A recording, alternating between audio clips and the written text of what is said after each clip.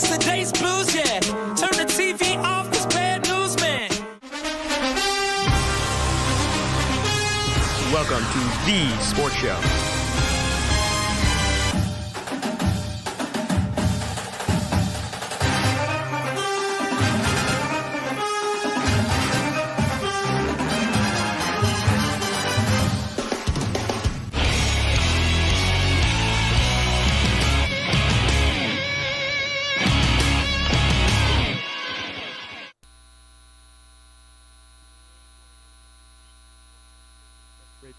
Host Ryan Kirby. We have a great show for you guys this morning.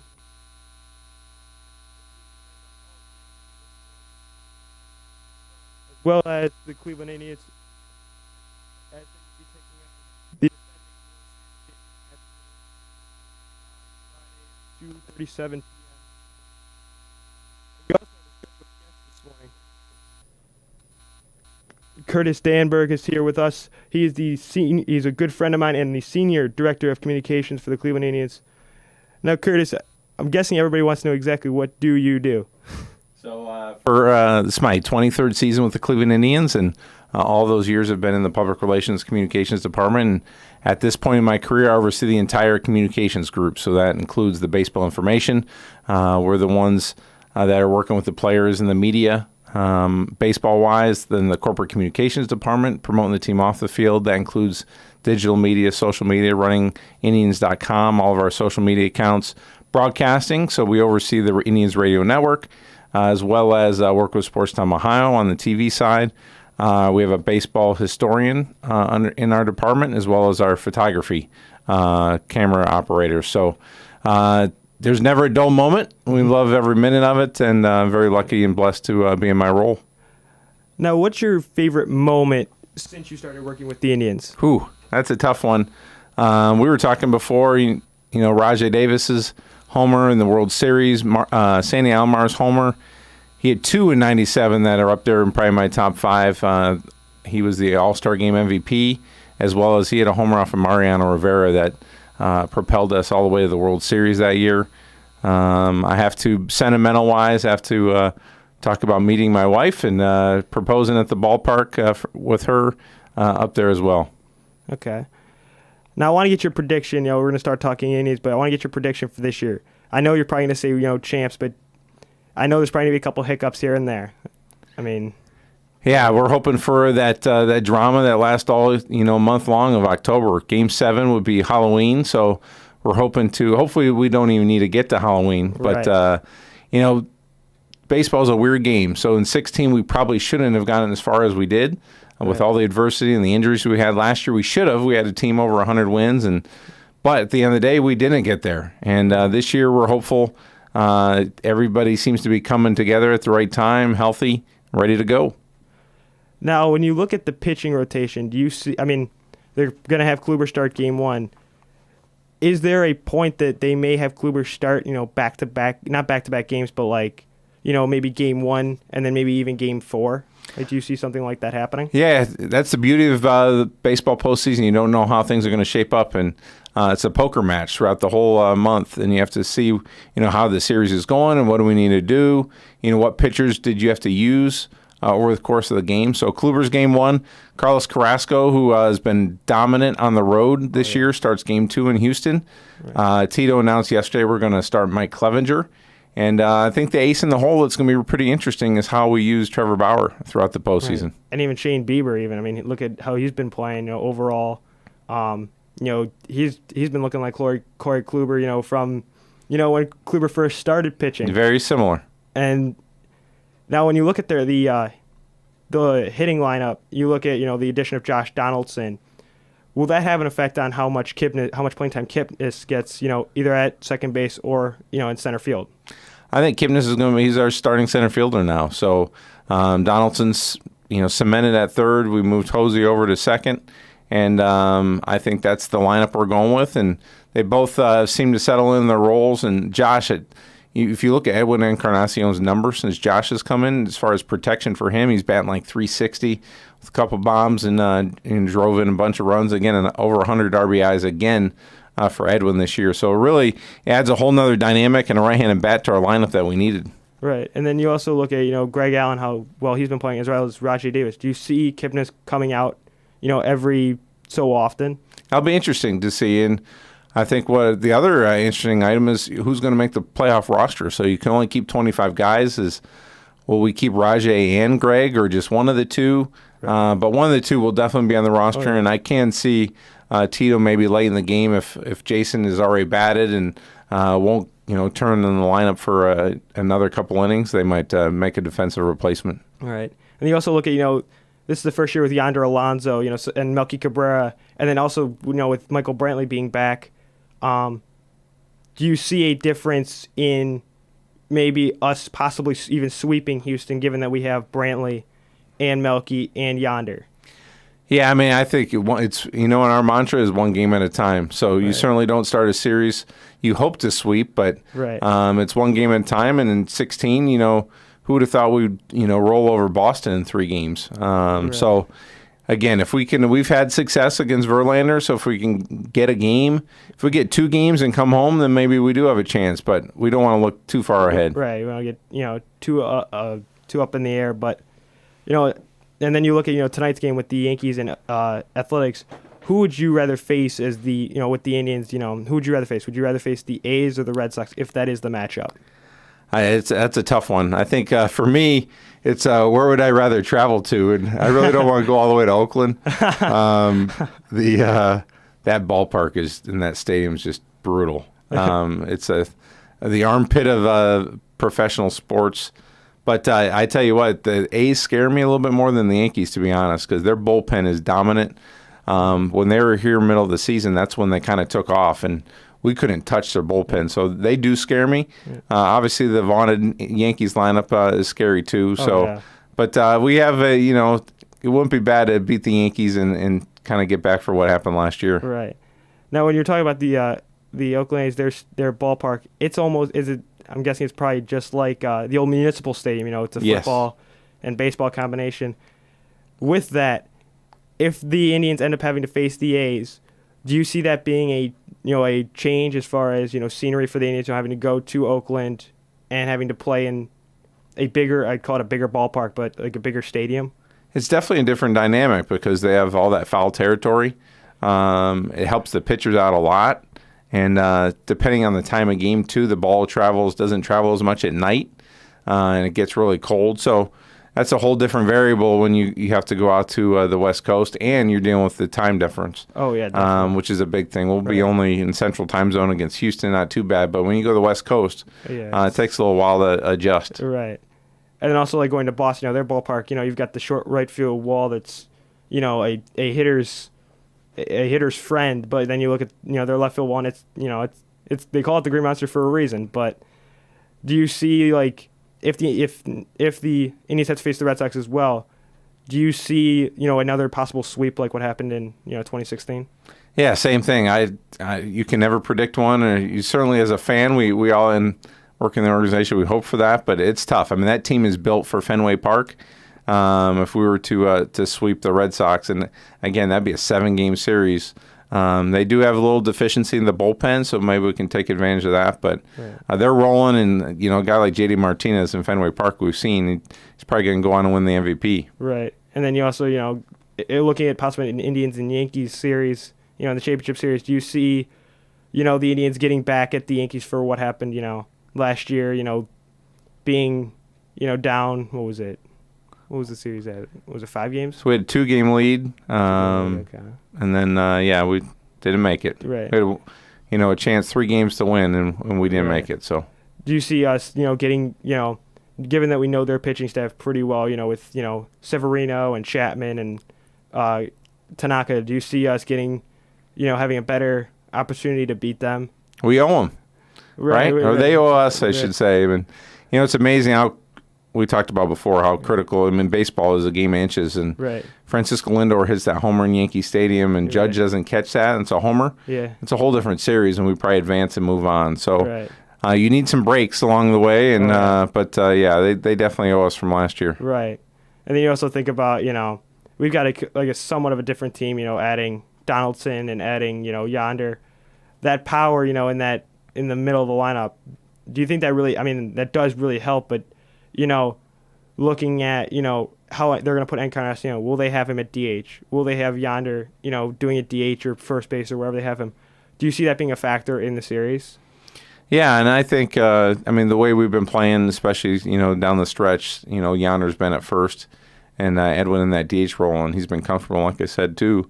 You know, having Donaldson behind him in the order has really solidified him, and he's comfortable and ready to go. We just need to make sure he doesn't get hurt. That was another turning point of the Yankee series last year is when he got hurt, Right. you know, going into second base. So he needs to be careful. Right. And yeah, I mean, injuries too. I mean, and you also look at, you know, if Bauer would have stayed healthy in 2016, could there have been a possibility of, you know, winning the World Series? Because, you know, that I think that was a very big point because you had to pitch Kluber twice in the Cubs series. So I think that really was also a turning point. But I mean, now that we have a healthy, you know, we got a healthy Andrew Miller, a healthy Michael Brantley, I feel like that's going to be a big. I feel like I could see us. I can't see us sweeping the Astros, but I could see us, you know, going, you know, 4 games with them easily. I couldn't see a full 5-game set with them, but I mean, then you also look at, you know, us against Verlander. I mean, I didn't check, but I don't know how good we are against Verlander as far as, you know, hits. But numbers are pretty good against Verlander, but he's a gamer. He'll be bringing his A game against us, no question. Right, he'll be looking like when he was with Detroit. You know, he was, you know, lights out from the very beginning. Even with who are the other pitchers with the Astros? Garrett Cole, Dallas Keuchel. Right, some of those guys who are, you know, Cy Young Award, you know, candidates facing Dallas Keuchel. I bet that's. I mean, if we have to face him, do you see us? I mean, I could see us getting a couple hits, but I don't see us, you know, I could see us producing runs, but it's not like, you know, us, you know, like against Detroit, you know, in the last game, you know, 15-0. I can't see us doing something like that to a guy like Keuchel, even remotely possible. That's where having Josh Donaldson in the lineup changes that dynamic somewhat. Right. Because lefty, you know, we have so many lefty hitters. Right. That, you know, it helps balance us out. Right. And even with, you know, if they want to, they could very easily take out Keuchel if, you know, let's say Edwin comes up, they may take out Keuchel because, you know, just that matchup and how good Encarnacion is against lefties. Do you see Edwin coming in as like a pinch hitter at any point? Yeah, we'll see. You know, that Tito's one of the best. He'll probably go in the Hall of Fame as an all-star manager, and definitely he knows what buttons to push at the right time. Right. So it's certainly not my call, but right. But our trust in Tito is very high. Right. Yeah, I mean, look at like who was our former manager before Tito came in? Who was it? So we had Manny Acta. I mean, and now look at us with, you know, Manny did. I mean, he got us to the wild card, but you look at, you know, the addition with Terry Francona. It's like and then now we're without who was it? The pitching coach.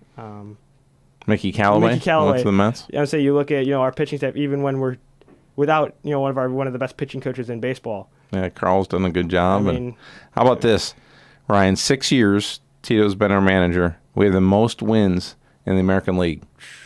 So, and here's the staggering stat that I love to share. In that stretch, so we have more wins than Boston, New York. They have outspent us in salary by $500 million. Wow. Wait, combined? Combined. Over 6 years, we have more wins than those teams, and they've outspent us by $500 million.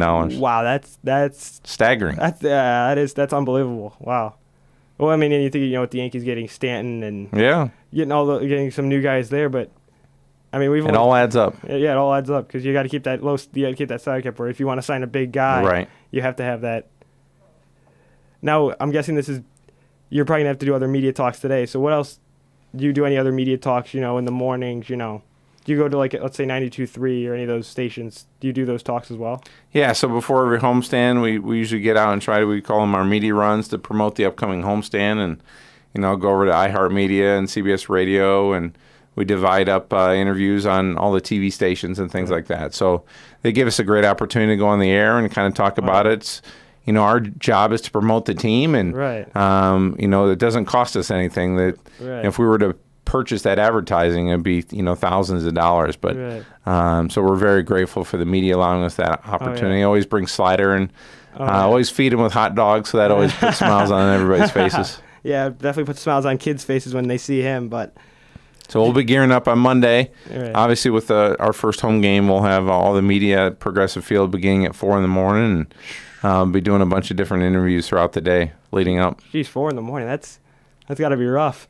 It is. It is. Some of those homestands when you do a media run, 4:30, 5 o'clock in the morning, and then you stay through the end of the game and fireworks. I mean, you're there at the ballpark 18, Right. 20 hours a day. Right. I mean, even with those watch parties, I mean, those go, even the ones when they're away, I mean, those will fill up and Yeah. We'll be mean- doing those again in the World Series that'll be good. when we get there. Yeah, when we get there, right. So you don't want to jump ahead. No. You don't want to jinx the Indians. But hey, I mean, there could be adversity that happens, and who knows? It could be another magical run like 2016. I mean, You never know. I mean, who would have, if we would have been sitting here in this room 2 years ago before the postseason, who would have thought that Ryan Merritt would win the pennant clinching game? Right. He wasn't even on anybody's radar. Right. So, the unsung heroes, that's what makes the postseason Right. special. Just like with, you talk about unsung heroes like March Madness. I mean, look at, who was it that beat Virginia this past year? They're a 16 seed. I mean, you look at that. I mean, even that. Finally happened. Finally happened. But, like, you're talking about, the unsung heroes. Look at Ryan Merritt, how good he played, against Toronto. And then, he ends up, clinching the pennant for us. So, and you also think about, the Red Sox have won 100 games, as you said, that's a clean, there's a clean slate when it comes to the postseason. There's really no. It's a new season. Right. So do you see that? Do you see the Red Sox, if we have to face the Red Sox, do you see them choking at all? Well, I don't wish that. We obviously we want to compete and we want to win. Oh, yeah. But I think it's just us playing our game, not worrying about what Boston does or Right. whether they choke or not. It's really Right. about us Right. Just, controlling our destiny and Right. playing our game. right. Now, because it's a 5-game set, do you see given that Houston, they're the defending World Series champions, do you see it going 5 games? Or do you see it going, 4 or maybe even a sweep? You would think with this balance, it's a pretty compelling matchup, and both have balanced teams, great bullpens, balanced offense. I see it probably going to 5 games, which in that case would be going back to Houston. Right. But last year we had home field advantage, and the Yankees beat us at Progressive Field. So, Right. but as we were talking off the air, I like the fact that we're playing Houston. Houston is so balanced; they're the defending champs. Yeah. I like the fact we're playing them in a short series because if a couple things go our way, the momentum can change and the series can be over Right. for us. And then where Boston, I think I'd prefer playing them in a 7-game series where the bullpen awards might show up a little bit more. And then you also think about the dimensions of Minute Maid Park. They just recently took out the hill, so there won't be many home run robbings as far as in center field. So do you think that'll have for the center fielders like Greg Allen or Rajai Davis playing out there, or even Kipnis? Do you think they'll have to? I'm guessing they'll probably have to adjust to that. Not having a hill there. Yeah, we obviously played there this year, and so they've been exposed to that, and I'm sure they prefer not having the hill. Right. It was a weird dynamic out there yeah. in center field, Oh, but the other thing with Minute Maid Park is it sounds like they'll play with the dome closed. Right. So how that impacts the ball and the flight of the ball will be a interesting. It'll definitely be a lot louder in there. Yes. A lot louder in there for sure. Now, when you go to these when you go to these dome ballparks, is there? I know there's a difference because you're not playing outside, but is there also maybe a different feel? It doesn't feel like a baseball game. It still does, but it's very loud. And we were obviously in Toronto in the Sky Dome, and they pack in, I think it's 50,000 fans. And there weren't many Indians fans that crossed the border. So that, you need to be ready for that crowd. And just like, watching this past weekend in Ohio State, Penn State, what the fans did in that arena on a Saturday night was pretty incredible. Right. So, we need to prepare. And yesterday we did an inter-squad scrimmage and tried to we competed against each other, but we pumped in crowd noise and tried to do as much as we can to get the guys prepped and keep them in tune. I'll say I noticed that was pretty funny. When Ramirez hit that home run, he just tried it around like it was another. Yeah. He didn't even pretend like it was just okay, this is just a scrimmage. They were playing hard nosed base. I mean, they were playing good.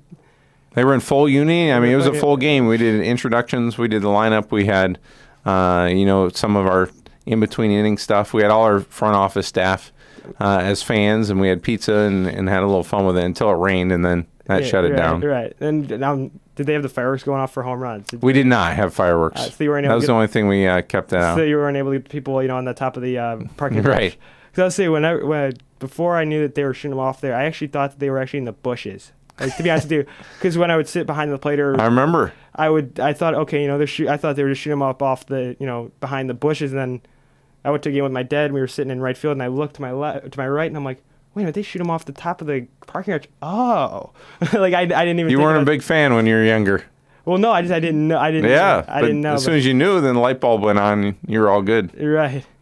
That's funny. But yeah, 'cause I mean, but when you think about like how good the Indians have been, I mean, with the 15-0 win that they had against Detroit, do you see that happening again? You know, those like just the complete domination that the Indians will have. I hope so. I mean, When we get clicking and, it starts at the top of the order with Francisco Lindor, Oh, yeah. another MVP candidate. And if he can table set and he has the ability and kind of that aura of, succeeding in the biggest moments. And Oh, we yeah. talked, before, I was lucky to go to Puerto Rico and to see that homer. And he lifted the entire island that day when he hit the homer. It was pretty special. I say his family was. They probably were. The stadium was probably vibrating.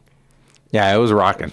But yeah, I mean, to see like how the baseball is like, it's evolved. Going to Puerto Rico, going to Mexico. It's nice how like they're doing what the NFL has been doing. Going with the NFL, going to London or going to Mexico City. Is that something that is like a goal in mind, like to have it like go like basically cross country? Like Japan. I know it's like there's players there, but like to see a game, maybe in South Korea or Japan or somewhere overseas. Do you see that happening in the near future? Yeah, that's where MLB. That's where the growth is, and they will start the season in Japan next year. The Mariners, it'll probably be Ichiro's last game, and then he'll retire. And then they go to Mexico in May. They're doing a game in Omaha right before the College World Series, and then they go to London. Yankees against Boston in London about a week and a half before the All-Star game next year. So. Pretty intense schedule for them, but that's why they have the World Baseball Classics. It's about exposing the game to the entire world. And I think the one thing I've loved is the MLB Little League Classic. Like I've loved seeing that because you watch the kids and you see them interacting with the players. Like what was it? I think Syndergaard was showing one of the kids how to throw a good curveball. I mean, it's nice to see these young kids getting to see their idols playing in an old. I mean, it's a famous ballpark. It's what is it, Bowman Field? Yeah. But like just to think about that used to be a minor league ballpark, and to see those guys come in, I mean, they're just having a good time. But I think it's nice to see how that's all evolving. Every year they get good crowds for that, which is awesome. I think, but it's all about the next generation and that game and just the whole Players Weekend and trying to tell the players' stories and then humanizing them. And you look at Mike Clevenger, had an local artist do his shoes, and it really brings out the character of these guys. And at the end of the day, the fans want to know the players and connect with them. And Players Weekend allows that to happen. Even with like some of the names like Mr. Smile or Dr. Right. Smith, like some of those, like nobody would ever know what their nicknames are until that happened, until the whole Players Weekend thing started. Who would have known that Francisco Lindor, if he wasn't playing baseball, wanted to be a dentist? Right. So I mean, but I mean, you look at how baseball has evolved. Like it's. I mean, I hope that they keep. I mean, I love how they're doing that. I did not know about that. They were going to be playing a game in Omaha. I think that's. And now it's going to be the same ballpark. It's going to be a TD Rosenblatt or TD Ameritrade. Yep. But yeah, I love seeing that. Whenever I see these games going to Puerto Rico or I mean, just to see that, it's nice to see how baseball it is America's pastime, but to see it go outside the United States is just awesome.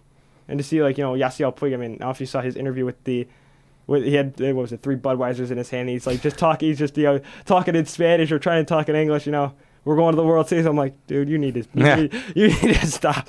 But like to see like how these Hispanic players, like Yasiel Puig, Jose Ramirez, to see those guys, just shine. It's nice to see, definitely. Baseball's a melting pot of cultures, and I remember Tito last year. We were kind of in the thick of it in August, and he brought in a Papa Shot when we were in Kansas City. And you know what? He looked over and he's like, you see a guy like Jose Ramirez competing and having fun with Trevor Bauer. Like, It's just such a unique community. Right. They spend more time in that clubhouse than they do with their own families. And you need that tight-knit fraternity to succeed. And, the melding of those cultures, we take a lot of pride in that. And adding translators and things like that to help bridge the gap has been important. Now, the only thing I still can't believe is how much tobacco Ramirez puts in his mouth. I mean, he almost looks like a chipmunk when he's out there. It's kind of funny. And he's got that chew in there, and you've got Tito with the bubble gum. With the bubble gum wrapped around the chew. That's still with all that stuff he went through. All the heart stuff he went through. I still can't believe he still does that. I can't. The sugar intake for that gum is intense, but that's his outlet, you know, when he gets nervous and things like that. So we call him Tito Bombs because he goes through them all and he'll just throw them in the ground. You have to watch when you walk in the dugout after a game. You got to be aware of the Tito Bombs. Right. But, like, you know, like looking at Lindor, you know, just think, you know, like I actually got to see him with the captains. I mean, to see like where he was with the captains, you know, playing so well, and then to see him now, it's like, you know, these guys, you know, as you said, they evolve over time. I mean, he's becoming, you know, a household name.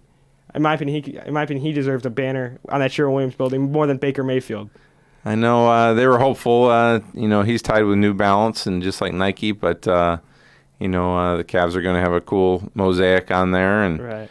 But no question, Francisco Lindor is one of the elite players in all of baseball. We're lucky to have him. And for us to succeed, and the reason why we're succeeding right now is because of that homegrown talent, developing our players. That's how we're able to have the most wins but be outspent by those big market teams because we're doing it from within. Right. And our drafts have been great. But you look around the diamond and in the bullpen, there's a plethora of talent that our Cleveland Indians grown. Right. Now, I want to talk to you about the logo. I know there's going to be a logo switch. Yep. Do you have any opinion on that?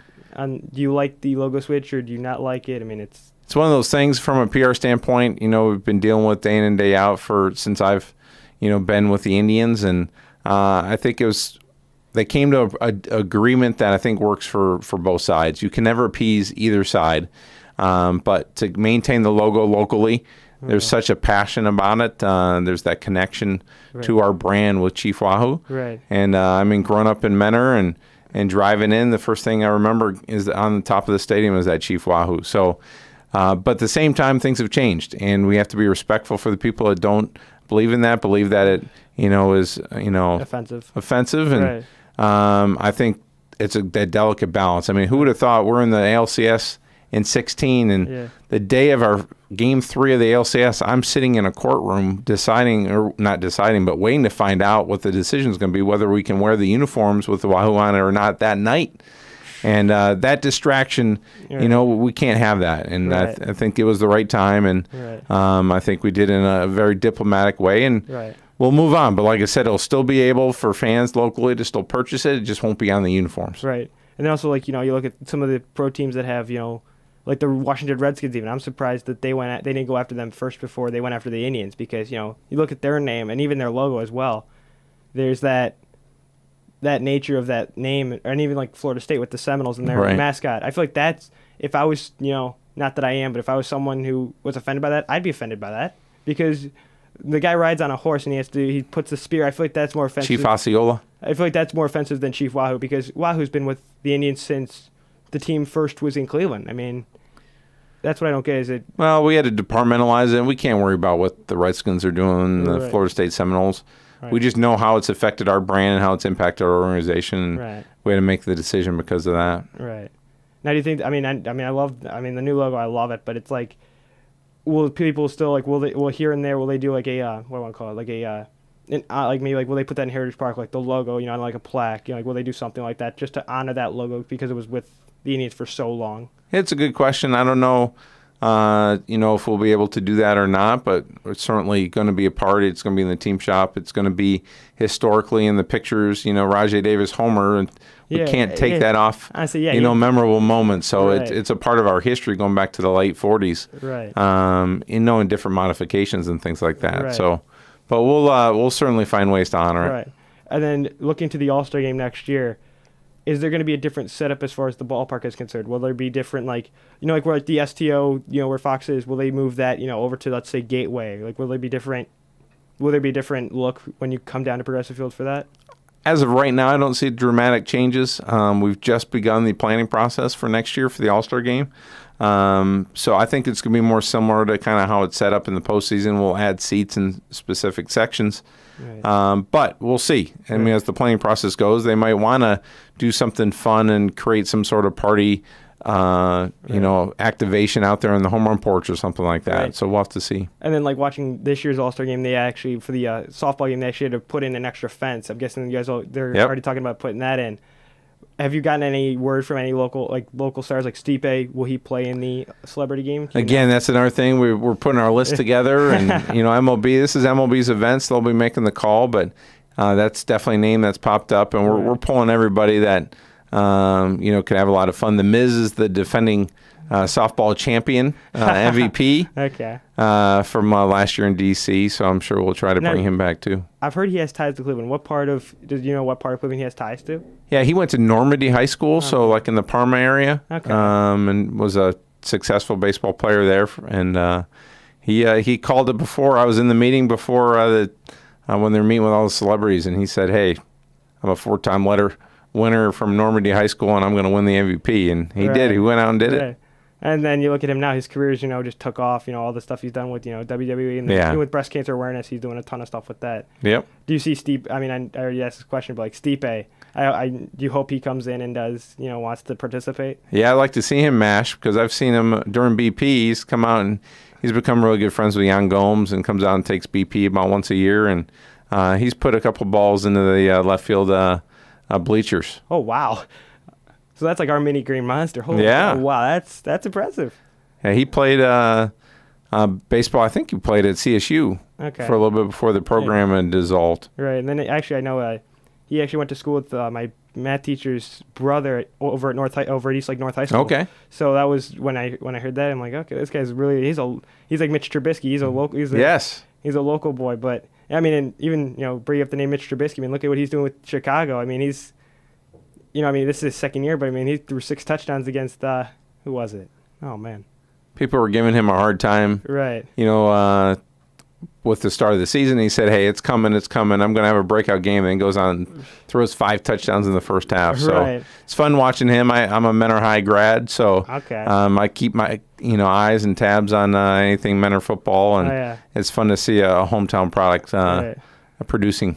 Right. I'd say I've heard from many people that his younger brother hasn't been doing so hot with in football at all. He hasn't been like living up to that name. Yeah, that's hard. It's difficult for a sibling to do that, especially one that goes on and is drafted in the first round. Right. I mean, yeah. I mean, even to see, because I know I saw him when they played against Ignatius a few times when I went down there. It was, I mean, to see him now. I mean, he took North Carolina, a team who was like nothing, and took him to a bowl game, and now everybody knows. I mean, now everybody knows. Oh, this, he's a local boy. He's like Brian Hoyer. Yeah, but he's a game changer, and some of those moments on the high school level, I'll never forget those games against Eds and Ignatius, and Right. Triple overtime, and Right. he never gave up. And I think that's the separator for him, and it's going to help him in his NFL career. And I know I haven't looked at the schedule lately. I don't know if the Browns or the Bears come to Cleveland, but if they do you see a huge celebration for Mitch? A big, celebration, if you will. I'm sure Coach Triv and a lot of the Menor High products will be there to support. And yeah. I know a lot of them went last year for his debut, and we're wearing Bears gear. So I'm sure the allegiance will be to the Browns, but certainly allegiance will be towards Mitchell. Oh yeah, for sure. And then also do you see? I mean, now getting back to baseball, I know there's the single A. There's things. What is the other? Because I've not talked to somebody, but is there other single A? I know there's high A. What is Yep. that? Is that all? Is that all from single A? Do they go through all those? What is that? Yeah, so when we draft a player or if we sign them as a non-drafted free agent, they start their career either in the Arizona Summer League or Mahoning Valley. A lot of the college kids go to Mahoning Valley. Those are considered rookie league levels. And then the next step is single A, and you've got Lake County. Right. That is the main driver over here in East Lake, Lake Right. County Captains. Right. And then we've got the Lynchburg Indians. They're in Lynchburg, Virginia, and that's the low A team. Okay. So we see a lot of those newly drafted players and non-drafted free agents go there, and then they make their way up to Akron and then Columbus, and all the way up to the Tribe. Now I know I've seen Mitch Longo a lot. Do you have any? Do you see him coming up possibly, or? Hey, we'll see. He's a guy that keeps knocking on the door and keeps performing at a high level. Another Cleveland-based product. Say he went to Mayfield. He went to Mayfield High School, actually, where I graduated from this past year. Nice. So I got to go People are very high on him. Oh yeah, see a lot of Mayfield kids. We would go to his games, and there'd be a whole section of just Mayfield students. I mean, and to see him play. I mean, I'd love to see him. And I actually remember his brother told me a story that he was in the car with his dad. They were driving, I forgot where, and he said he had gotten the call, and he basically pulled over, and he was just screaming to the top of his lungs, And literally, he said like 3 people pulled over saying, "What's going on?" He's like, "I just got drafted by the Indians." Like I was like, "That That's pretty special. right?" I mean, to get experience that with your dad, and and I mean, speaking of your dad, how living in that moment of that Roger Davis home run, how was that with your dad? It was great. I mean, I got to see him after the game, and obviously we were a little sorrowful. Oh yeah. With the outcome, but sharing that moment. And, going back to one of your initial questions about favorite moments. My other one was something with my dad. In the case, growing up a baseball fan, he gave me the love of baseball, and he's overseas guest services and does a lot of things, fan ambassador. And in 2001, we had the 100th anniversary of the Cleveland Indians, and we had 46 of the best players ever assembled for a pregame ceremony. And he and I were both on the field, and he was carting out Mel Harder, one of the greatest pitchers in Indians history, and I'm standing right alongside him next to Bob Feller. And just be able to be in that moment with him was something I'll never forget. Right. Now, with the All-Star, you got to experience, '97. Now looking at Sandy Alomar now, as a third base coach? First base. First base. Yep.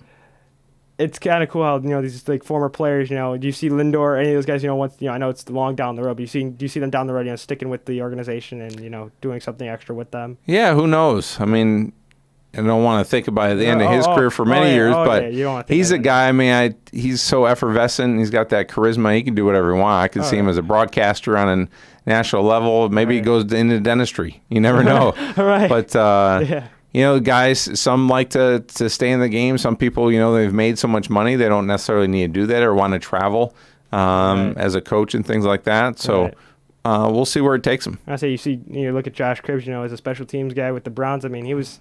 He's another local boy. He went to Kent State, and look at him now. I mean, he's still around the game and still having fun with it.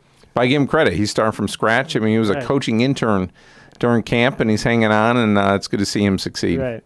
Let's just hope that he brings some of that magic to the Browns. Especially the special teams need a little help. So it's a good person to be helping. Right. I'll say when I was driving in, I was listening to 92.3, and they were talking about not because Peppers has been making so many mistakes. Because I think the one they were talking about was when he made that fair catch, and there was literally probably 15 yards in front of him, there was nobody, and he made that fair catch call, and he just took it, put his head down, and was like, "You gotta be kidding! I really just did that." Now you look at Antonio Callaway, man, how good he's been, along with Baker. There's that. I feel like there's that gelling that the Indians have that is coming to the Browns. That gelling of I mean, you look at Tyrod and Baker. I mean, I heard they bought an RV together. I'm like, right. I mean, that gelling. I feel like that's going from the Indians to the Cavs, and now it's coming to the Browns. That's got to be awesome to hear. You need that cohesiveness, from top to bottom on a roster, whether it's baseball or football or basketball, and they're going through a maturation process, and people are learning their roles, and Baker definitely is taking over that leadership, but you can't expect it to happen from day one, so they need to grow into it, and we're seeing great signs for the team growing, and there's talent on the team, so sure. The fact there's talent, the next part's going to be coming very soon. Right. And then you also look at the Cavs. Last night they beat the Celtics, but I mean, they really don't have LeBron, so it was different to see it. I mean, but it's going to be based on the team, right? I mean, and they have to come together as a team in a different way. Completely, you take LeBron out, but a guy, watched some of the highlights and watched some of that game. A guy like Jordan Clarkson now can just step up and be confident. He's not worried about getting the ball to LeBron, and those guys can shine. This is their opportunity. Rodney Hood and Kevin Love is ascending as kind of that leader for that team. Right. He's taken that to his own level, and the Minnesota Kevin Love, I saw a bunch of tweets last night, was back, so it's fun to see see that. I say it was nice to see Colin Sexton performing very well. Given what he did at Alabama. I mean, he reminds me 15 points. Yeah, so he reminded me of a little bit of Kyrie Irving a little bit, not just wearing that number, but I mean, when you've got that number on your back, you better play it at the highest level you can. But I'm saying even with seeing Kyrie Irving, not playing. I mean, I hope he comes back. I would love to see. He will. I'd love to. The one thing that I think everybody wants to see is LeBron and his son. I hope LeBron, if he does get to that point where he can play with his son, I think that'd be a special moment for him. But to see the next generation of players come up. I mean, look at his son now. I mean, he's already getting offers from all over the place, and he's only 8. He's a freshman. He's a freshman, so he's getting those. But I mean, you look at LeBron. What's your word on that decision? Do you feel like that was given that he he didn't leave us the way he did with Miami? Do you feel like that was a good decision on his part not to go to that extreme of, having a whole prime time, the decision, do you feel like that was a good idea for him? Yeah, he definitely learned from that mistake, and he came back, and his vow was to bring a world championship to Cleveland. He did that, Right. and the time was for him, and he was thinking family. Right. His son's going to be out there. He signed a 4-year deal for his 4 years of high school, and then maybe he goes pro. And I know he's thinking now longer term after his career, what the Right. next step in Hollywood. It made a lot of sense, and no ill feelings from my standpoint for I don't feel for bad. LeBron. I It was mean, special. You're right. I say, that was very special. Get that first championship. To see him, build on that promise. To bring championship, and then also to deliver back to the community, the Akron community. Bringing the I Promise school. I feel like that was like his big time thing. Hey, because even though I'm going to LA, I'm still here's I mean, they said he had shoes. They were like framing shoes in the school. I'm like, that's, for him to do that has got to be very special for him, for to deliver back to his community, and just not just the championship, but to do education, but He's made his mark oh yeah, on life, and the fact that he'll go down as one of the best players ever, and you can have that Right. that controversy on Jordan versus LeBron, but the fact Right. that he was a homegrown talent from Northeast Ohio, and right, didn't have to go through college, Yep. did the whole one and done. And I heard that they're actually maybe bringing that back, go from high school to the pros, which I feel like not a lot of guys are going to take advantage of. I feel like I think that's been approved. It's a go. I feel like they're just going to go to college, because I feel like, as LeBron said, when he went to Miami, that was his college, if you will. And I mean, I think that paid off a ton. Yep. But I mean, I think he'll come back, like what Wade is doing in Miami. He'll do like a farewell season, in Cleveland, and he'll shut it down for the year, and he'll probably stick around the organization. But I mean, I got to get back to baseball now. But, Yeah. I mean, no, look, I want to talk to you about last night's game. When the Cubs lost, to the Rockies in, what was it, 13 innings? I mean, that for a wild card game to go 13 innings that must have been insane. Well, you talked about Mitch Longo and, potentially someday playing for his hometown team. Right. Ryan Freeland goes out there. He's from Denver, homegrown talent that, grew up rooting for the Rockies. And Right. here he's in Wrigley Field. Wrigley Field, yeah. Compete on a one-or-done game, and he pitched his butt off Right, to get right. to, I think he made it to the 7th inning. Yeah. And, insurmountable victory. And for the Cubs to lose back-to-back home games in playoff situations, didn't see that coming at all. And Oh, yeah. excited for the Rockies. Oh yeah, I'll say you talk about Kyle Freeland. I mean, he threw that note. What was it? Did he throw a no hitter? Or was he an inning, like a pitch away from a no hitter? Yeah, I don't know if he got one, but I remember he had one deep into the game. Like they showed his family there, and he was. Yeah. I mean, that kid. I mean, he's like Chris Sale. I mean, he looks like Chris Sale. I mean, he's got that dominant edge to him that he could just go out there and. I feel like there's a lot of young Corey Klubers coming up, if you will. Just waiting for that moment. Yep. But Have a good feel for the pitching, and right. so what happens now? The Rockies, they get one day off, and then they start the division series, and Right. they played in 3 different time zones in 3 straight days. If you think about that, they played in Mountain Standard Time. Right. Rockies on Sunday, then they flew to L.A., played in L.A., and then flew to Chicago and played in Chicago 3 days in a row. And I think, won't they play in Atlanta? Is it Atlanta they'll play in? I think they will. No, they're going to play Milwaukee. Milwaukee. So then they'll be back in Central Time. Yes. Man, that must. I mean, and then you're going to be traveling to Houston. That must. I mean, just traveling different time zones. That must be. At least it's harder only 1 hour, Right, but yeah. still, you have to. It's definitely a challenge, and right. I'm glad they moved back the game. The initial plan was that first game would be at 1 o'clock, but Oh, they're wow. moving it back to 2, just so that game's not being played at noon. Right. It would be tough for the fans and certainly for the players from a Right. turnaround But standpoint.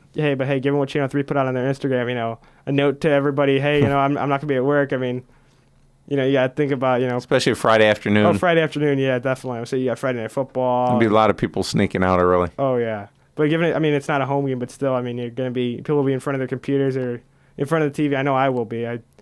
Given I don't have class here on Fridays, which I'm kind of thankful for that.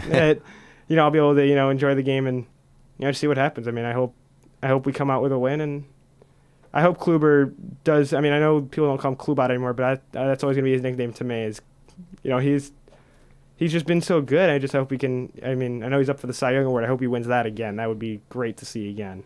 Yeah, it's going to be close. I think maybe Blake Snell sneaks out the Cy Young this year, but he'll probably be the runner-up. And 4 out of 5 years he's been in the Right. top 3 and has won 2. we're seeing one of the finest pitching performances in Indians history, and certainly has some accolades to vault him into the Hall of Fame conversation in Cooperstown someday. Now, I don't know if you know this, but where does he rank as far as with Bob Feller, in Indians history? Like, where is he in those ranks, wins or those sort of things? He's not there as far as wins go, but I mean, he's going to be up there in strikeouts, and certainly he's got the hardware and the success, winning percentage-wise, that will put him at the top.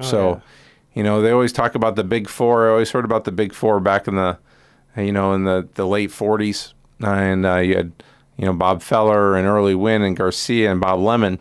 Right. And what we're seeing now, this four did something that's never been done in MLB history this year with 200 strikeouts with Clevenger and Carrasco and Bauer and Kluber. So we can't take this for granted, and we have to enjoy every minute of because at the end of the day, it's about pitching and defense, and that's going to be our name of the game here in the postseason. And then also with pitching, you look at the additions of Adam Simber and Brad Hand. Do we see Cody Allen much in the postseason, or do we see more of Simber and Hand? We'll see Cody. Tito trusts them. I mean, they've had success in the postseason, and I know they've been kind of up and down year, both him and Miller. But at the end of the day, if we're going to win, we're going to need them to succeed. Oh yeah, for sure. So yeah, definitely hearing that Miller is healthy. That must be a sigh of relief for you guys. Yeah, when he was popping 96, 97, the radar gun, that made a lot of people breathe a lot easier. He was early in the year, he was hitting like 92, and that separation with the slider was making it difficult. Right. So I'll say some of those pitches he throws are just like you see them like come up and then they just dip. I'm like, those hitters must be just getting fooled out of their minds just to see. I mean, to see how good. And then you also look at the young kids, in Little League throwing those like curveballs, and I'm like, these kids are 12, 13 years old and they're throwing, 72 on the gun with the nasty curveball. I'm like, and the thing is that I know from experience, my dad has told me never throw a curveball when you're younger because the whole shoulder, and to see these kids do that, and then you think about these guys in the pros are in their mid 20s.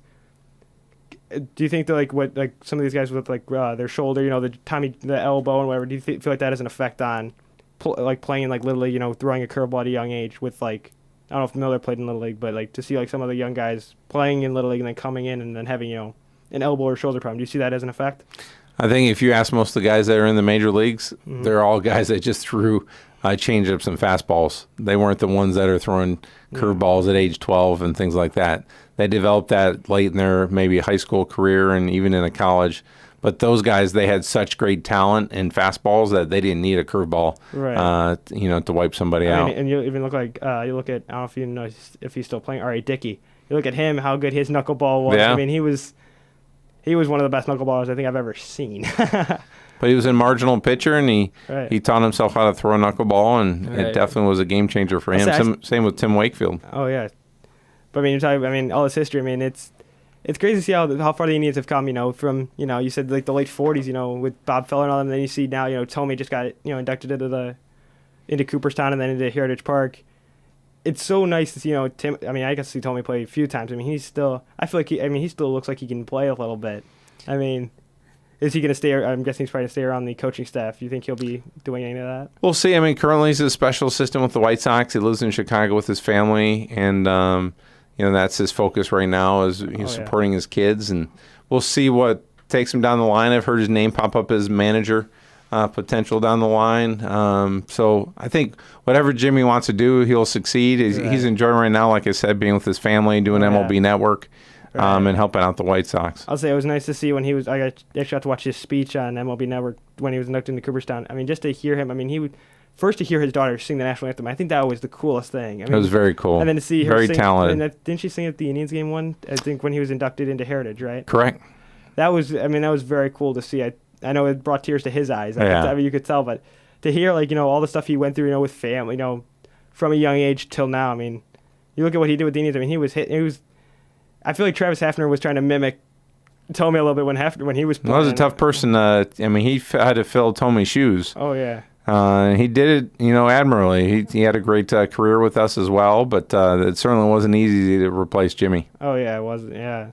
Well, then you also look at Cliff Lee and CC. Look at CC Sabathia still playing, and he's still that guy that we saw in an Indians uniform playing dominant baseball.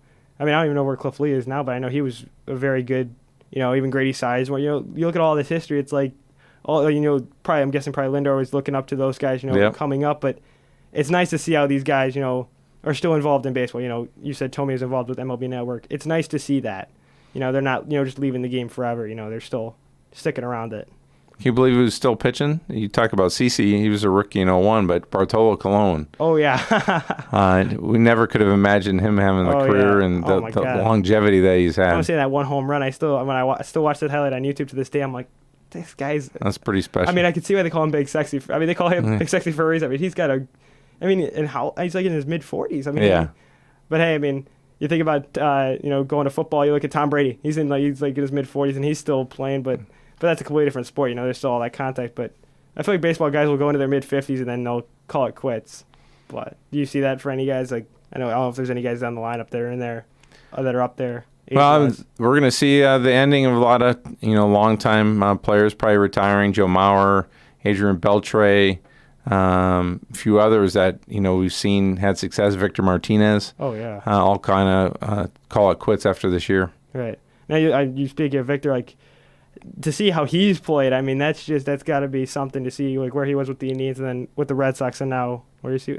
Detroit. Yeah. Yep. Just to see that change. He was so good. I actually still have his bobblehead in my bedroom. It's kind of funny. But it's crazy to see these guys. They go from one team, then they're like, okay, I gotta. No, wait, did we trade? Was it we traded him or was We traded him to Boston. Okay. And in that deal, that's where we got Justin Masterson was in that trade, Okay. and then, but you know what? And we honored him in his last game when he was in town here in September, and you could tell how emotional he was and how much the Indians organization meant to him This is where he first started. and his family. So that was pretty cool to see, and he's a guy that I'm sure we're gonna keep tabs on and have him part of our organization in some way. Oh yeah, and even you look at Sabathia. I bet you he'll be. Is this his last year or do you not? Who knows? I haven't heard. He's still going. Man, that's got to be something to see him. But hey, you look at all these former Indians players. They've gone on to bigger and better things. Yeah. When was our last World Series? I don't even know. 1948 that we won. So this is Wow. the 70th anniversary on October 11th. Coming up will be the big anniversary. Wow, that's 70. Wow. That's longer than the Cavs had to, than the whole city had to wait for the Cavs title. 52 years to 70 years. Shoosh. But then you can't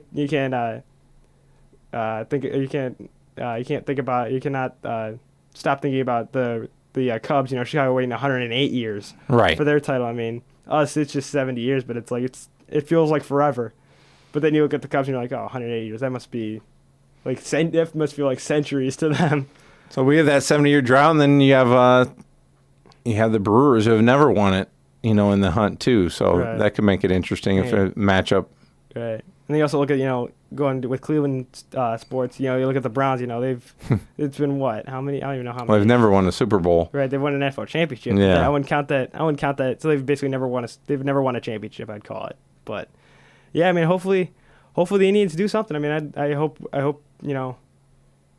we're talking, parade, and because I know for one thing, if I have class on the day of the parade, knock on wood, The city will shut down. the whole city, the classes will be shut down. I hope teachers will think about, let's just let the kids go. Because, Yeah. when I went down to the Cavs parade, I know that was, what was that? That was over the summer. But, if this happens, I could see, a couple million people on a snowy day, maybe 30 degrees, Do you see that for an Indians, celebration? Do you see, millions of people coming out, on a snowy day, on a cold Cleveland day? If we win, they'll come out. There's no question. Oh yeah, it doesn't matter if it's 10 below. They'll line the streets and that'll be it. Yep. But it should. I hope this postseason it's better, and to see them win the Central again, it was. What was it? This back to back? Is it? Or? Yes. Oh no, back to back to back. Wow, so 3 times, man. Yeah. Sheesh, LeBron's never done that. He's never three-peated. I say we three-peated before LeBron did. But, We'll take it. We need to get that ring though, the ultimate ring. Oh, I see. Yeah, because Terry's already experienced that with the Red Sox. So Right. I think bringing him in, having that postseason experience, having that World Series, championship experience, helped. You think that helped the team a lot, as far as the experience. It changed the culture. When he came on board, it gave confidence. It allowed us to go and get, veteran players that wanted to play for Tito and a winning manager, and it's really course corrected everything that was going on at the time, and he will go down as, like I said, was one of the best managers in history, and for us to be exposed to him as a leader has changed our organization for all time. To see how he interacted also with his dad, to see how when he played with the Indians, what year was that? He played in the 50s. Yeah. But to see like how like that, the culture over time, it was, looking way back, I mean, now, but I mean, to see Terry, starting with the Red Sox and just to bring that same attitude to Cleveland, really, when I heard he was going to be the manager, I was like, I think this is the time that we're going to be doing something big, because to see us get to the wild card and lose to the Rays, I think that was, just a little bit of a taste of what was to come. And, here we are now, we're talking, game 1 of the ALDS on Friday afternoon, against the defending World Series champions. It'd be nice to beat them only because they are the defending World Series champions, but at the same time, it's going to be tough. You got, Carlos Correa. They've got so many guys on their team. It's like, as you said, they're.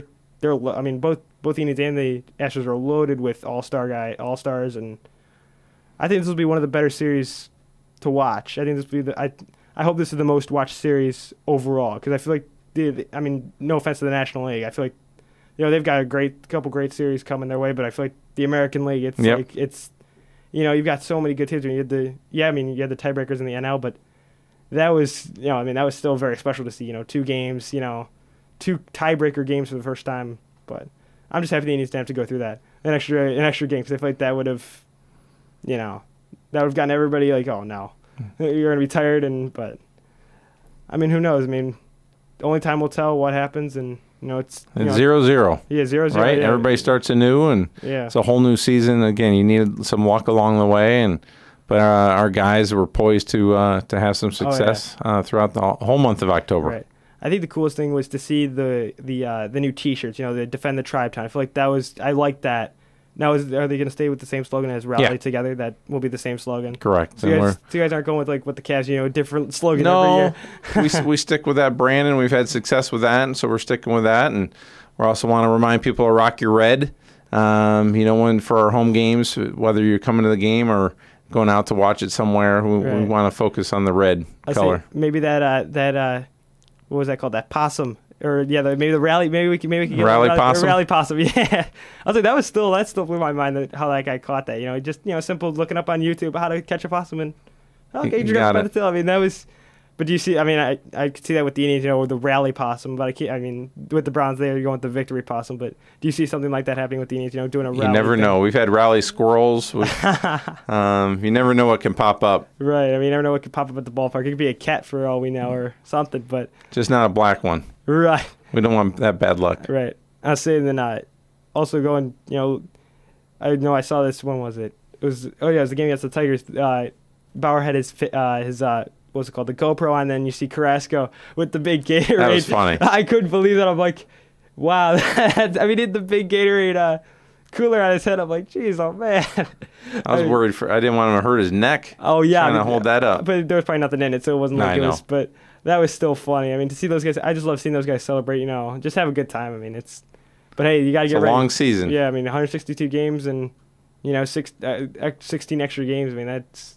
I mean, for you, you're working year round, right? Yes. Yeah. Our off seasons are gearing up for the next year. Right. So. Going down to Arizona, enjoying the weather while we're enjoying, 20 below and snow. That must be different when you come back, and it's still snowing here, and you're like, wait a minute, I just enjoyed, 80s and sunshine for 4 weeks. It's a vicious cycle, but it's one that we enjoy because we love Cleveland. And, oh, yeah. But hopefully we won't have as long a cold winter as we did. We had a brutal April this year, and we had 17 home games, so that really put us behind the 8 ball with the attendance. Now, I got one question for you. Who takes care of Tito's scooter? I've always wanted to know that. So we have a couple of our clubhouse guys that manage Tito's scooter and gas it up, and but obviously you probably saw Kevin Cash. Yeah. They have a rivalry, and they stole the scooter, took it out to the field, and had target practice during BP and trying to hit the balls. And was it C.J. Crone from the Rays smoked it, and there's a huge dent in the side of the scooter. Oh man! So is he getting a new one, or is it just there's just gonna be that little dent? There's a dent. Oh man. I'll say to see him. I love seeing Terry, but I just hope he never gets hurt on that thing. I know. I mean, what is he in his mid-60s? Is it or something like? Something somewhere around there. I say to see him riding on that scooter. I mean, it's like just don't hurt it. Just don't hit anything. But yeah, I mean, when you have to go through that different times when heading to Arizona. I mean, that must be a huge for everybody.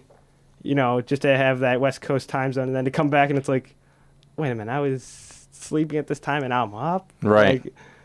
But yeah, I mean, hopefully we have a short spring training. Hopefully we have that short off season, and I just hope we're celebrating the World Series. I hope the city's going to be, We're ready. Yeah, I mean, I'm ready to see, Verlander.